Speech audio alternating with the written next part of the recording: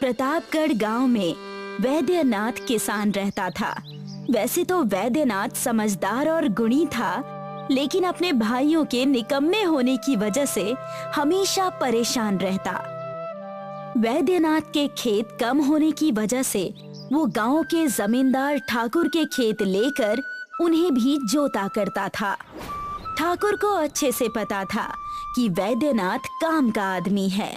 उसकी अच्छाई और समझदारी की वजह से ठाकुर को फसल में बहुत लाभ होता था। अरे वैद्यनाथ, आज शाम को जल्दी चले जाना और जाते वक्त कुछ खाना और मिठाइयाँ हमारे घर से ले जाना, ठीक है? हाँ, मैं जाते वक्त खाना और मिठाइयाँ दोनों ले जाऊंगा।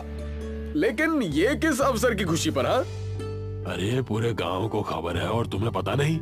मुझे श्यामलाल ने अपने खेत दे दिए क्योंकि कर्ज नहीं चुका पाया था ना। अरे वाह मालिक वाह, आपने उसकी भी जमीन ले ली, ये तो बड़ी अच्छी बात है। वैद्यनाथ ठाकुर के घर से मिठाई और खाना लेकर अपने घर जाता है और सारी बातें अपनी पत्नी को बताता है। अरे भाग्यवान, कहाँ हो?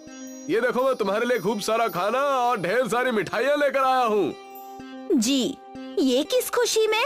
और इतने सारे पैसे तुम्हारे पास कैसे आए? अरे ये मिठाइयाँ और खाना तो मालिक ने दिया। वो श्यामलाल ने अपनी जमीन उनके नाम कर दिया ना, इसीलिए। श्यामलाल ने उनके नाम कर दिया या उन्होंने हड़प ली?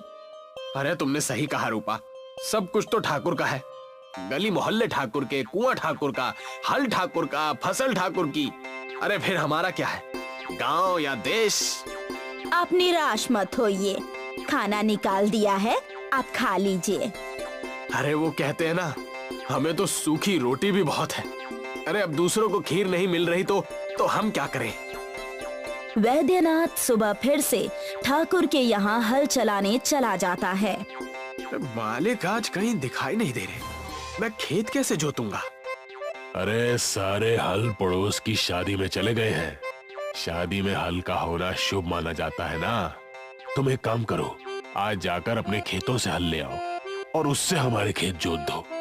हाँ ठीक है मालिक, मैं ऐसा ही करूंगा। वैद्यनाथ घर जाकर अपनी पुश्तैनी हल निकालता है और उसे लेकर ठाकुर के खेत में जाता है। वैद्यनाथ की पुश्तैनी हल के मुठ में एक हीरा था, जिसके बारे में वैद्यनाथ को कुछ भी पता नहीं था। एक छोटा सा हीरा जिसकी कीमत 1 लाख थी। अरे आज तो मैं बहुत थक गया, बहुत जोरों की भूख लग रही है भाई। शाम हो गई थी। वैद्यनाथ जा ही रहा था कि वहाँ पर ठाकुर आ गया और कहने लगा, अरे वैद्यनाथ, तुम अभी तक यहीं हो? घर कब जाओगे भाई? आज इतना समय कैसे हो गया? मालिक आज वो हल लाने में थोड़ी देरी हो गई ना, इसीलिए। ये देखिए, ये है हमारा पुश्तैनी हल। मेरे पिताजी मरते वक्त सिर्फ यही हल देकर गए थे। ठाकुर हल की मुठ पर चमकता हुआ हीरा देखकर चौंक जाता है। अरे ये हल तो बहुत कीमती लगता है, लेकिन ये हल इस मूर्ख के पास क्या कर रहा है? हल तो बहुत अच्छा है और बहुत बड़ा लग रहा है।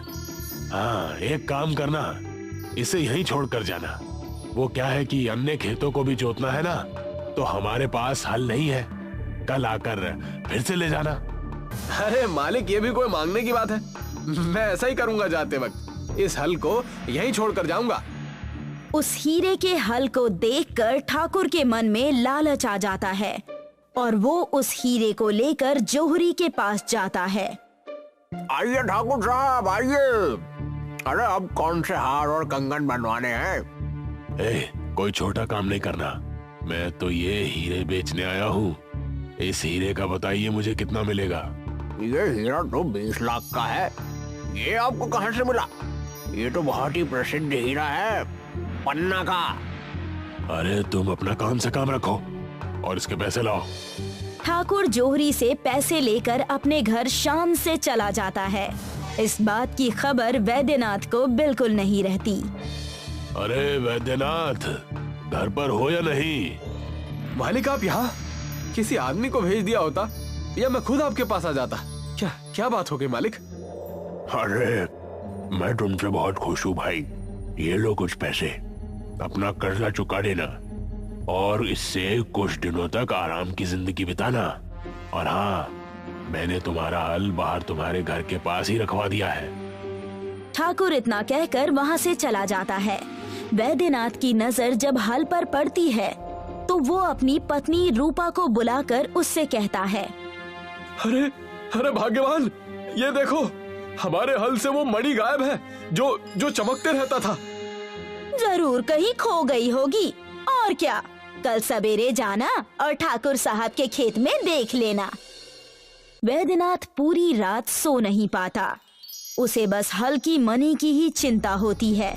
सोते वक्त उसके सपने में उसके पूर्वज आते हैं, यानी कि उसके दादाजी आते हैं और उससे कहते हैं, कितने बुद्धू हो तुम। उस ठाकुर ने तुम्हारे साथ छल किया है। जिसे हल्का मणि समझ रहे थे वो असली हीरा था, जिसकी कीमत आज के समय बहुत थी। उस ठाकुर ने तुमसे वो लेकर तुम्हें ठग लिया है। अरे अब मैं क्या करूं? मेरी तो अकल ही मारी गई थी उस समय। तुम चिंता मत करो, वो तो बस एक छोटा सा टुकड़ा था। हमारे घर के पैखाने में पूरा जादुई हीरे का हल है। उसे जाकर ले लो और उससे अपने खेत को जोत दो। उससे क्या होगा? उससे तुम्हारे खेतों की फसलें बहुत अच्छी होंगी, चमकदार होंगी और बहुत ही स्वादिष्ट फसल उगेंगे। ये कोई साधारण हल नहीं है। सपने में अपने दादाजी को देखकर वैद्यनाथ की नींद खुल जाती है और वो अपनी पत्नी रूपा से सारी बातें बता देता है। क्या कहा आपने? उस ठाकुर ने हमारे साथ ऐसा किया? हम उसे छोड़ेंगे नहीं। अरे बस तुम देखती जाओ मैं क्या क्या करता हूँ और कैसे कैसे करता हूँ। वैद्यनाथ ने बिल्कुल वैसा ही किया। जादुई हीरे का हल घर के खुफिया कमरे से निकाला। इस खेत में आप क्या बोने वाले हैं? इस खेत में आलू, जो हीरे के हल से बहुत ही अच्छे और स्वादिष्ट आएंगे।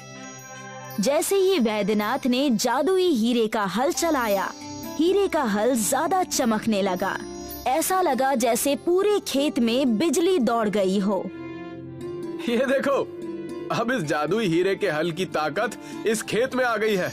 आपके दादाजी अगर और कुछ दिन पहले सपने में आ जाते तो क्या उनका कुछ बिगड़ जाता? हमारी जिंदगी बहुत बदल गई है अब।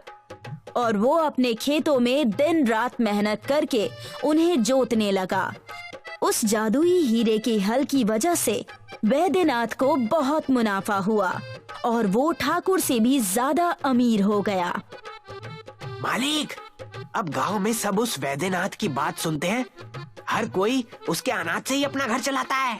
पिछले कुछ दिनों से वैद्यनाथ की जिंदगी बहुत बदल गई है। तो मुझे, अरे यही बात तो मुझे भी खाई जा रही है। आगे ऐसा कौन सा चमत्कार हुआ जिससे उस वैद्यनाथ की जिंदगी इतनी बदल गई? ठाकुर और उसका नौकर वैद्यनाथ के आलीशान घर में जाते हैं। अरे कहाँ हो वैद्यनाथ? अरे भाई, सुना है तुमने जीवन में बड़ी तरक्की कर ली है। हाँ, तरक्की तो हुई है, क्योंकि मैंने किसी के साथ छल थोड़ी किया है।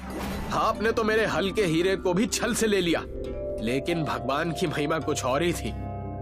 ठाकुर को वैद्यनाथ की तीखी बोली से गुस्सा आ जाता है और वो अपने नौकर को वैद्यनाथ को कमरे में बंद करने का आदेश देता है। इसे जाकर कमरे में बंद कर दो और घर की तलाशी लो। ठाकुर के कहे अनुसार नौकर ने वैद्यनाथ को जबरदस्ती कमरे में बंद कर दिया और घर की तलाशी लेने लगा। तब वहां उसे जादुई हीरे का हल दिखा। ये देखो, ये रही इसके अमीर होने की चाबी।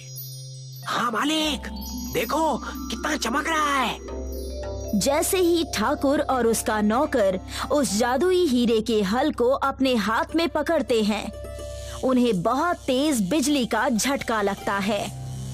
अरे अरे बचाओ, भागो भागो यहाँ से। अरे मालिक, आपकी वजह से मैं भी चिपक गया मालिक। और तुरंत ही उन्होंने उस जादुई हीरे के हल को छोड़ दिया। नौकर ने दरवाजा खोलकर वैद्यनाथ को बाहर निकाला। अरे अरे, इस घर में एक पल भी रहना बर्बादी है, भागो यहाँ से। अब के मैं आपसे यहाँ के काम करने नहीं आऊंगा, मैं आपकी नौकरी छोड़ रहा हूँ। हाँ। ठाकुर और नौकर को उनकी सीख मिल गई।